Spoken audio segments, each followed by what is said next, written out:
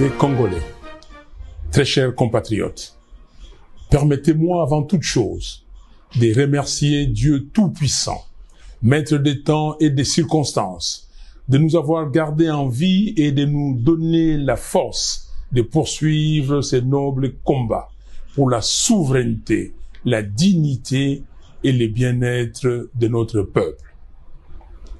En ce 30 juin 2024, marquant le 64e anniversaire de l'indépendance de notre nation, je suis partagé entre deux émotions.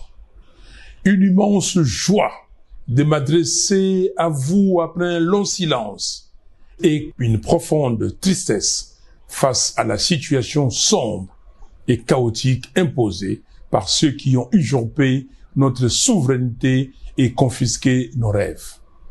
Mes très chers compatriotes, le 30 juin 1960, Patrice Emery Lumumba déclarait « La République du Congo a été proclamée et notre cher pays est maintenant entre les mains de ses enfants. » Plus loin, il ajoutait « Nous allons veiller à ce que les terres de notre pays profitent véritablement à ses enfants. » Au 30 juin 1960, les 2 345 410 km² du territoire national, y compris Massissi, Rutshuru et Lubero Sud, étaient sous contrôle congolais. Aujourd'hui, le pouvoir de Kinshasa n'a aucun contrôle sur des vastes zones du Nord Kivu, Sud Kivu, Ituri, Otuele et Bazuele. Tout semble être fait pour nuire aux Congolais et mettre en péril les équilibres géostratégiques du Congo-Kinshasa. La grave crise sécuritaire qui étrangle notre pays a atteint un niveau tellement inquiétant que nous risquons de ne plus avoir le Congo, notre Congo, dans sa configuration du 30 juin 1960. En effet, cette crise s'enracine chaque jour davantage aux grandes dames de nos populations manifestement abandonnées par ceux qui prétendent diriger le pays.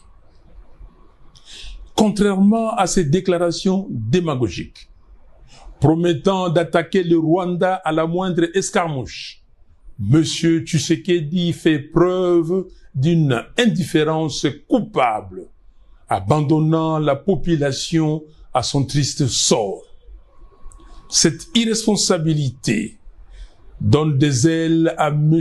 Kagame au point de déclarer avec arrogance: nous sommes prêts à nous battre si nécessaire avec la RD Congo.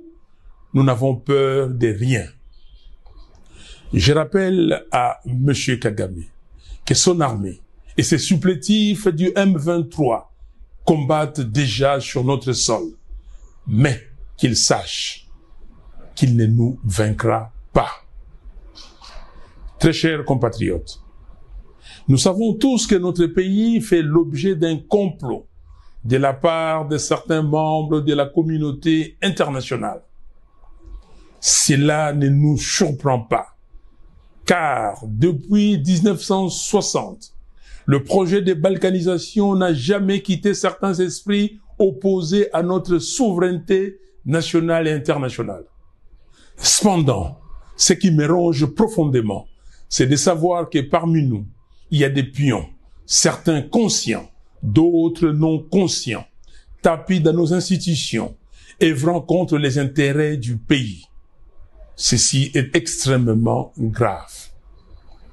Dans une méconnaissance flagrante de la gestion des priorités, M. Félix Tshisekedi préfère se livrer à son sport favori, des voyages inutiles à travers le monde.